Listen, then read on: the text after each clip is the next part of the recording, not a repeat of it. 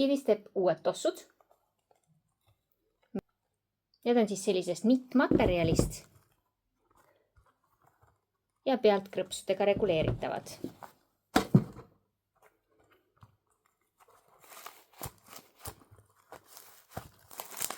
Kenasti painduv tald, krõpskinnitused ja sees selline võrkjas vooder keeleosal ja kannaosa on polsterdatud selle võrkja voodriga ja siit seest altpoolt on ta siis sellisest samasugusest materjalist nagu väljast.